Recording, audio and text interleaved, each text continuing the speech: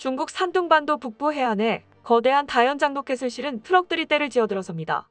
들어선 중국 군인들은 바람을 계산하고 가져온 다연장 로켓들을 서해를 바라보게 정렬하는데요. 이후 다연장 로켓들이 일제히 하늘을 향해 날아가더니 목표 위에 떨어지기 시작합니다. 이 중국 군인들은 북부 전구 이하 제80집단군의 직할 포병 부대인 제80포병여단 소속 다연장 로켓 부대인데요. 이들이 사용하는 다연장 로켓은 최근 인도 접경 지역에 인도군이 운용 중인 우리나라 K9 자주포에 대항하기 위해 대거 전진 배치한 PH-103입니다. 기존의 자국 자주포로는 우리나라의 K9 자주포와 싸움이 되지 않아 울며 겨자 먹기로 비싼 로켓을 배치한 것입니다. 그런 지대지 다연장 로켓을 지대함 다연장 로켓으로 사용하기 시작한 것인데요. 우리는 이 PH-103 다연장 로켓을 조심할 필요가 있습니다. 그 이유는 미사일 선도국이라고 불리는 러시아의 스메르치 다연장 로켓을 그대로 불법 복제한 다연장 로켓이기 때문인데요. PH-103은 직경 300mm의 길이 7.3m로 최대 사거리가 160km까지 날아갈 수 있고 탄두 중량은 235kg으로 한 발로 축구장 2개에서 3개의 면적을 초토화시킬 수 있는 무지막지한 파괴력을 지녔습니다. 중국군은 PH-103을 진격하는 지상군의 예상 경로 앞에 적진지를 파괴하거나 적의 포병, 지휘통제소, 방공포 등을 파괴하는 정육상 공격 자산으로 이용하고 있었는데요. 우리는 지대지 다연장 로켓을 바다를 향해 배치한다는 것에 대한 중국의 의도를 생각해 볼 필요가 있습니다. 이런 시도는 중국이 미 해병대가 했던 전술을 참고한 것으로 보입니다.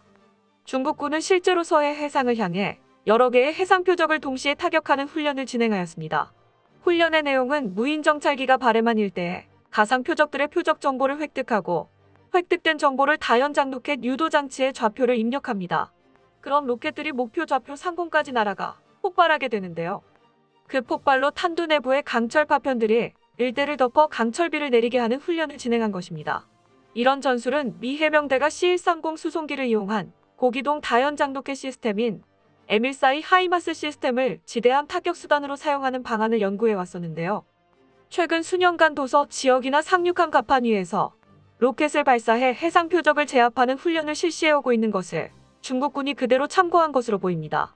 이는 중국군이 대놓고 우리 서해에 작전 중인 이 함대를 겨냥한 것으로 예상되는데요.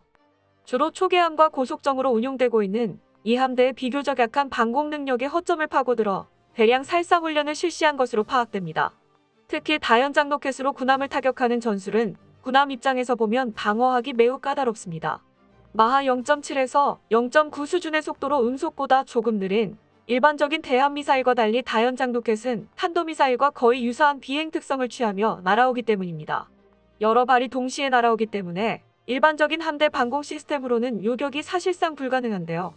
현대 함대 방공 시스템은 대부분 항공기나 아음속 대함 미사일 요격을 상정해 개발되기 때문에 요격 미사일 같은 경우 마하 4에서 6 수준의 고속으로 비행하며 직경도 30에서 40cm에 불과해 빠른 속도로 하강하는 로켓을 정확히 요격할 수 없습니다. 또한 요격이 가능하더라도 여러 발이 동시에 날아오는 다연장 로켓을 효과적으로 추적하고 요격하는 것이 대단히 어렵다는 것이 현실입니다. 또한 다연장 로켓 전술은 그저 무식하다라는 단어가 어울릴 만큼 무지막지한 전술입니다. 그 이유는 다연장 로켓은 구디적 군함을 정밀하게 맞출 필요가 없기 때문인데요. 물론 강력한 탄두가 적함에 명중했을 때 파괴 효과가 가장 크겠지만 현대 군함의 특성을 조금만 생각해보면 굳이 로켓 한 발 한 발을 적함에 명중시키기 위해 애를 쓸 필요가 없다가 정확한 표현이라고 할 수 있습니다. 그 말은 공중에서 폭발시켜 파편만 대량으로 쏟아부으면 비교적 방어력이 약한 적함에 레이더와 통신 장비를 간단하게 무력화시킬 수 있는 이유에서입니다. 수상함에서 레이더와 각종 안테나는 생명이라고 해도 과언이 아닌데요. 그렇기 때문에 고도화된 EMP 전자전 장비를 개발해 적의 레이더와 안테나를 무력화시키려고 혈안이 되고 있는 상황입니다. 하지만 다연장 로켓의 강철비는 비싼 EMP 장비 없이도 전투함들의 눈과 귀를 먹게 할 수 있는데요. 일각에서는 1만 톤급 이지스함에 선체 외벽 내면에 설치된 거대한 이지스 레이더 패널에 파편 몇 개가 날아와 박히면 그 레이더는 먹통이 된다는 말이 있어 이지스함을 격침시키지 않고도 전투력을 무력화시킬 수 있다고까지 할 수 있습니다. 이 때문에 다연장 로켓이 기존의 해안 방어용 순항미사일의 입지를 흔들 만큼 강력한 수단으로 재평가되고 있습니다. 그런 이유로 대함 다연장 로켓은 세계적인 트렌드가 되었는데요. 이런 시도는 중국보다 우리나라에서 먼저 시작했습니다. 우리나라의 대함 유도 로켓은 지대함이 아닌 함대함으로 검독수리비에 탑재되는 비룡 120mm 유도 로켓입니다. 번개 사업으로 시작된 검독수리비는 PKG 유도탄 고속함에 탑재되는 해성미사일이 노후화된 북한의 고속정을 타격하기엔 한 발에 20억 원이라는 비싼 가격과 과무장이라는 지적에서부터 시작됐는데요. 기존에 사용하던 구룡 다연장 로켓의 유도 기능과 관성 항법 장치를 달아 사거리 20km의 정밀한 다연장 유도 로켓으로 완전히 새로운 신무기가 재탄생한 것입니다. 아이러니하게도 비룡 120mm 유도 로켓은 북한보다 중국에서 더 위협적으로 다가온 것으로 파악됩니다. 이는 중국이 바레만과 서해에서 북해함대를 운용하는데 큰 걸림돌이 되는데요.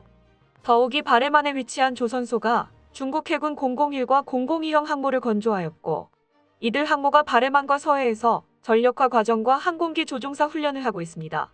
이에 따라 서해상 중국 해군 항모에 대한 미국과 한국의 유무인기 정찰 및 감시 활동이 증가한 것에 대해 북해함대 사령부가 민감하게 반응을 보였죠. 그래서 만약 교전이 이뤄지면 우리나라의 해군 이함대에 효과적으로 대응하기 위해 지대함 다연장 로켓이라는 무기를 꺼내 산둥반도부터 북위 36도 서해 중간선 일대까지 전역을 강철비로 덮겠다는 전술로 보입니다.